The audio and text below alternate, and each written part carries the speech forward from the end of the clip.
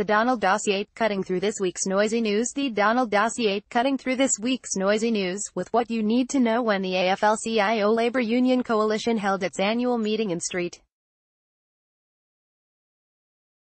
Louis in November last year. It took a visiting delegation of international labor leaders to the steel mill in nearby Granite City, Illinois. At the time, both of the mill's blast furnaces were idle.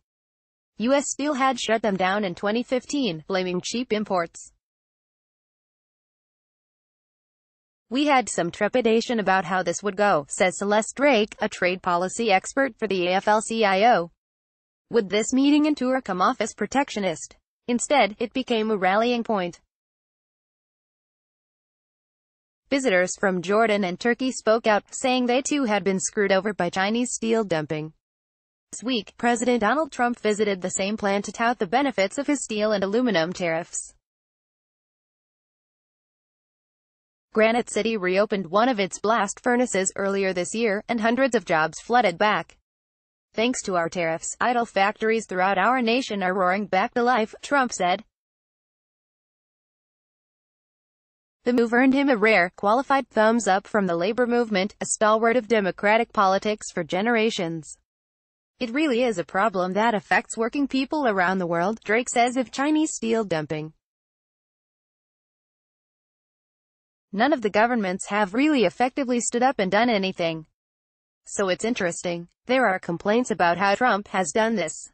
But if it works, great. As steel wins, agriculture loses from Chinese retaliation." Farm state Republicans are at the core of a Capitol Hill revolt against Trump's reorienting of the GOP on trade. Trump's response on Tuesday, a one-time $12 billion farm bailout, which did not go over well.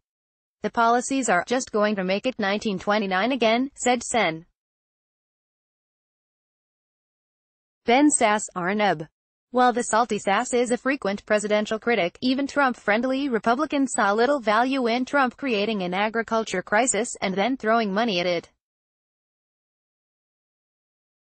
So on Wednesday, Trump hosted European Commission President Jean-Claude Juncker and announced a détente in his trade war with the EU. The U.S. would cool down the tariffs, while Europe would buy more American soybeans. Their agreement was creeping toward the transatlantic trade and investment partnership that President Barack Obama was working on, though of course we can't call it that, because Trump loathes multilateral trade deals and anything that whiffs of his predecessor. The pattern is familiar. Trump puts the world on edge with a radical demand or threat, in this case, a 20% tariff on EU auto imports, then backs off and claims he's a peacemaker. So far, the strategy appears to have been more successful with Juncker than, say, Special Counsel Robert Mueller. The president finished his week by puffing out his chest at robust new economic growth numbers.